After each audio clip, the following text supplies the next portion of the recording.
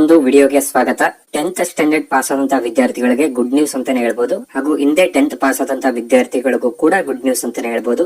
ಏನಪ್ಪಾ ಅಂದ್ರೆ Indian post office ಕಡೆಯಿಂದ GDS ಅಂದ್ರೆ ಗ್ರಾಮೀಣ ಡಕ್ ಸೇವಕ ವೇಕೆನ್ಸಿಗೆ ಹೈರ್ ಮಾಡಿದ್ದಾರೆ. ಇಂಡಿಯನ್ ಪೋಸ್ಟ್ ಆಫೀಸ್ ಕಡೆಯಿಂದ GDS ಹುದ್ದೆಗೆ ಸಂಬಂಧಪಟ್ಟ ಹಾಗೆ ನೋಟಿಫಿಕೇಶನ್ ಬಿಡಿದ್ದಾರೆ. ಹಾಗೂ ನೀವು ಅಪ್ಲೈ ಕೂಡ ಮಾಡಬಹುದು. ಆ ಒಂದು ಲಿಂಕ್ ಕೂಡ ಬಿಡುಗಡೆ ಮಾಡಿದ್ದಾರೆ. ಓಕೆ, ಈ ಒಂದು ವಿಡಿಯೋ ಅಲ್ಲಿ ಇಂಡಿಯನ್ ಪೋಸ್ಟ್ ಆಫೀಸ್ ಕಡೆಯಿಂದ GDS ಹುದ್ದೆಗೆ ಸಂಬಂಧಪಟ್ಟ ಹಾಗೆ ಹಾಗೂ ವಿದ್ಯಾರ್ಥಿಗಳಿಗೆ ಅರ್ಜಿಯನ್ನು ಸಲ್ಲಿಸುವುದಕ್ಕೆ ಯಾವ ದಾಖಲೆಗಳು ಬೇಕಾಗುತ್ತೆ ಅಂತ ಕಂಪ್ಲೀಟ್ ಇನ್ಫಾರ್ಮೇಶನ್ ಈ ಒಂದು ವಿಡಿಯೋ ಅಲ್ಲಿ ನೋಡೋಣ. ಓಕೆ, ವಿಡಿಯೋ ಶುರು ಮಾಡೋದಕ್ಕಿಂತ ಮುಂಚೆ ನೀವೇನಾದ್ರೂ ನಮ್ಮ ಚಾನಲ್ ಗೆ ಹೊಸದಾಗಿ ವಿಸಿಟ್ ಮಾಡ್ತಾ ಇದ್ರೆ ಈ ಕೂಡಲೇ ಚಾನಲ್ ಗೆ ಸಬ್ಸ್ಕ್ರೈಬ್ ಆಗಿ ಹಾಗೂ ವಿಡಿಯೋಗೊಂದು ಲೈಕ್ ಮಾಡಿ. ಮತ್ತು ನಮ್ಮ ಟೆಲಿಗ್ರಾಮ್ ಚಾನಲ್ ಗೆ ಏನಾದ್ರು ಜಾಯ್ನ್ ಆಗಿಲ್ಲ ಅಂದ್ರೆ ಡಿಸ್ಕ್ರಿಪ್ಷನ್ ಅಲ್ಲಿ ಟೆಲಿಗ್ರಾಮ್ ಚಾನಲ್ ಲಿಂಕ್ ಇರುತ್ತೆ. ಒಂದು ಲಿಂಕ್ ಮೇಲೆ ನೀವು ಕ್ಲಿಕ್ ಮಾಡ್ಕೊಂಡು ಟೆಲಿಗ್ರಾಮ್ ಚಾನಲ್ ಗೆ ನೀವು ಜಾಯ್ನ್ ಆಗಬೇಕಾಗುತ್ತೆ. ಈ ಒಂದು ನೋಟಿಫಿಕೇಶನ್ ಲಿಂಕ್ ಕೂಡ ನಾನು ಟೆಲಿಗ್ರಾಮ್ ಅಲ್ಲೇ ಕೊಟ್ಟಿರ್ತೀನಿ. ನೀವು ಅಲ್ಲಿ ಒಂದು ನೋಟಿಫಿಕೇಶನ್ ಡೌನ್ಲೋಡ್ ಮಾಡ್ಕೋಬಹುದು. ಓಕೆ, ಈ ಒಂದು ಜಾಬ್ ನ ನೋಟಿಫಿಕೇಶನ್ ಲಿಂಕ್ ನಾನು ಡಿಸ್ಕ್ರಿಪ್ಷನ್ ಅಲ್ಲಿ ಹಾಗೂ ಟೆಲಿಗ್ರಾಮ್ ಅಲ್ಲಿ ಕೊಟ್ಟಿರ್ತೀನಿ. ನೀವು ಅಲ್ಲಿ ಡೌನ್ಲೋಡ್ ಮಾಡ್ಕೊಂಡು ನೀಟಾಗಿ ನೋಟಿಫಿಕೇಶನ್ ಸ್ಟಡಿ ಮಾಡ್ಕೊಳ್ಳಿ. ನಾನು ಇಲ್ಲಿ ಸಿಂಪಲ್ ಆಗಿ ಮೇನ್ ಇರೋದನ್ನ ಎಕ್ಸ್ಪ್ಲೇನ್ ಮಾಡ್ತೀನಿ. ಓಕೆ, ಪೋಸ್ಟ್ ಡೇಟ್ ಬಂದ್ಬಿಟ್ಟು ನಿಮ್ಗೆ ಅಪ್ಲೈ ಮಾಡೋದಕ್ಕೆ, ಈ ಒಂದು ಜಾಬ್ ಗೆ ಅಪ್ಲೈ ಮಾಡೋದಕ್ಕೆ 15/7/2024 ನಿಮ್ಗೆ ಈ ಒಂದು ಪೋಸ್ಟ್ ನ ಅಪ್ಲೈ ಮಾಡೋದಕ್ಕೆ ಡೇಟ್ ಸ್ಟಾರ್ಟ್ ಆಗುತ್ತೆ. ಹಾಗೂ ಕೆಳಗಡೆ ಟೋಟಲ್ ವೇಕೆನ್ಸೀಸ್ ಅಂತ ಇದೆಯಲ್ಲ 44,228 ವೇಕೆನ್ಸೀಸ್ ಇರುತ್ತೆ. ನಿಮ್ಗೆ ಎಲ್ಲ ಒಂದು ಸ್ಟೇಟ್ ಗಳಿಗೆ ಡಿವೈಡೆಡ್ ಮಾಡಿ ನಿಮ್ಗೆ 44,228 ಪೋಸ್ಟ್ ಗಳು ಹೈರ್ ಮಾಡಿದ್ದಾರೆ. ಮತ್ತು ಯಾವ ಸ್ಟೇಟ್ ಗಳಿಗೆ ಎಷ್ಟೆಷ್ಟು ಪೋಸ್ಟ್ ನ ಹೈರ್ ಮಾಡಿದ್ದಾರೆ ಅಂತ ನಾವು ಮುಂದೆ ಡಿಸ್ಕಷನ್ ಮಾಡೋಣ. ಓಕೆ, ಮೊದಲನೇದಾಗಿ ನೋಡೋದಾದ್ರೆ ಈ ಒಂದು ಜಾಬ್ ಗೆ ಅಪ್ಲಿಕೇಶನ್ ಫೀ ಬಂದು ಫಾರ್ ಅದರ್ ಕ್ಯಾಂಡಿಡೇಟ್ಸ್ ಅಂದ್ರೆ ಜನರಲ್ ಹಾಗೂ OBC ಕ್ಯಾಂಡಿಡೇಟ್ಸ್ ಗಳಿಗೆ 100 ರೂಪೀಸ್ ಫೀ ಪೇಮೆಂಟ್ ಇರುತ್ತೆ. ಮತ್ತು SC ST PWD ಫೀಮೇಲ್ ಟ್ರಾನ್ಸ್ ವುಮೆನ್ ಗೆ 750 ಪೇಮೆಂಟ್ ಇರುತ್ತೆ. ಓಕೆ, ಅದಾದ್ಮೇಲೆ ಪೇಮೆಂಟ್ ನ ಮಾಡೋದಕ್ಕೆ ನಿಮ್ಗೆ credit card, debit card and net banking facility ಇದೆ. ಹಾಗೂ UPI ಆಪ್ಷನ್ ಕೂಡ ಇದೆ.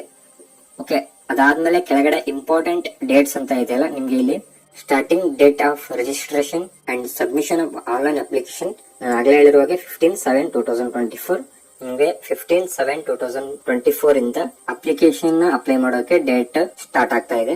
ಓಕೆ, ಅದಾದ್ಮೇಲೆ last date for registration and submission of online application, ಈ ಒಂದು ಜಾಬ್ ಗೆ ಅಪ್ಲೈ ಮಾಡೋದಕ್ಕೆ ಕೊನೆಯ ದಿನಾಂಕ ಬಂದ್ಬಿಟ್ಟು 5/8/2024 ಒಂದು ತಿಂಗಳು ಕಾಲಾವಕಾಶ ನಿಮ್ಗೆ ಅಪ್ಲೈ ಮಾಡೋದಕ್ಕೆ ನೀಡ್ತಾರೆ.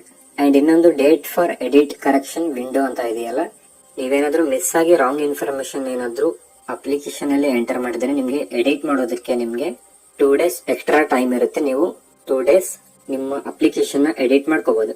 ಓಕೆ, ಅದಾದ್ಮೇಲೆ ಏಜ್ ಲಿಮಿಟ್ ನ ನೋಡೋದಾದ್ರೆ ಈ ಒಂದು ಜಾಬ್ ಗೆ ಎಷ್ಟು ವರ್ಷದಿಂದ ಎಷ್ಟು ವರ್ಷದವರೆಗೂ ನಿಮ್ಗೆ ಅಪ್ಲಿಕೇಶನ್ ಹಾಕುವುದಕ್ಕೆ ಆಪ್ಷನ್ ಇದೆ ಅಂದ್ರೆ ಮಿನಿಮಮ್ ಏಜ್ ಬಂದು 18 ಇಯರ್ಸ್ ಆಗಿರ್ಬೇಕಾಗುತ್ತೆ. ಹಾಗೂ ಮ್ಯಾಕ್ಸಿಮಮ್ ಏಜ್ ಬಂದು 40 ಇಯರ್ಸ್ ಒಳಗಡೆ ಇರಬೇಕಾಗತ್ತೆ.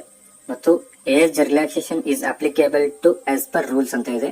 ಹಾಗೂ ಏಜ್ ರಿಲ್ಯಾಕ್ಸೇಷನ್ ಕೂಡ ಅಪ್ಲೈ ಆಗುತ್ತೆ. ನೋಟಿಫಿಕೇಶನ್ ಅಲ್ಲಿ ಮೆನ್ಷನ್ ಮಾಡಿದರೆ ನೀವು ನೋಟಿಫಿಕೇಶನ್ ನ ಡೀಟೇಲ್ ಆಗಿ ಅಪ್ಲೈ ಮಾಡುವ ಮುಂಚೆ ಸ್ಟಡಿ ಮಾಡಬೇಕಾಗತ್ತೆ. ಓಕೆ, ನೆಕ್ಸ್ಟ್ ಕ್ವಾಲಿಫಿಕೇಶನ್ ನೋಡೋದಾದ್ರೆ ನೀವು ಕಂಪಲ್ಸರಿ 10th ಕ್ಲಾಸ್ ನ ಕಂಪ್ಲೀಟ್ ಮಾಡಿರ್ಬೇಕು. ಈ ಒಂದು ಜಾಬ್ ಗೆ ಅಪ್ಲೈ ಮಾಡೋದಕ್ಕೆ ನೀವು ಕಂಪಲ್ಸರಿ 10th ಕ್ಲಾಸ್ ನ ನೀವು ಕಂಪ್ಲೀಟ್ ಮಾಡಿರ್ಬೇಕು. ಓಕೆ, ಮತ್ತು ನೆಕ್ಸ್ಟ್ ಬಂದು ವೇಕೆನ್ಸಿ ಡೀಟೇಲ್ಸ್ ಅಂತ ಇದೆ.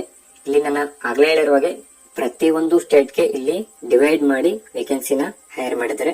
ಇಲ್ಲಿ ಮೇನ್ ಆಗಿ ನೋಡೋದಂದ್ರೆ ನಮ್ಮ ಕರ್ನಾಟಕಕ್ಕೆ ಎಷ್ಟು ಪೋಸ್ಟ್ ನ ಹೈರ್ ಮಾಡಿದ್ದಾರೆ ಅಂದ್ರೆ 1940 ಪೋಸ್ಟ್ ನ ಹೈರ್ ಮಾಡಿದ್ದಾರೆ. 1940 ಪೋಸ್ಟ್ ಗಳನ್ನ ನಮ್ಮ ಕರ್ನಾಟಕಕ್ಕೆ ಹೈರ್ ಮಾಡಿದ್ದಾರೆ. ನಮ್ಮ ಕರ್ನಾಟಕ ಸ್ಟೂಡೆಂಟ್ಸ್ ಗಳಿಗೆ 1940 ಪೋಸ್ಟ್ ಗಳು ಅಪ್ಲೈ ಮಾಡೋದಕ್ಕೆ ಆಪ್ಷನ್ ಇರುತ್ತೆ.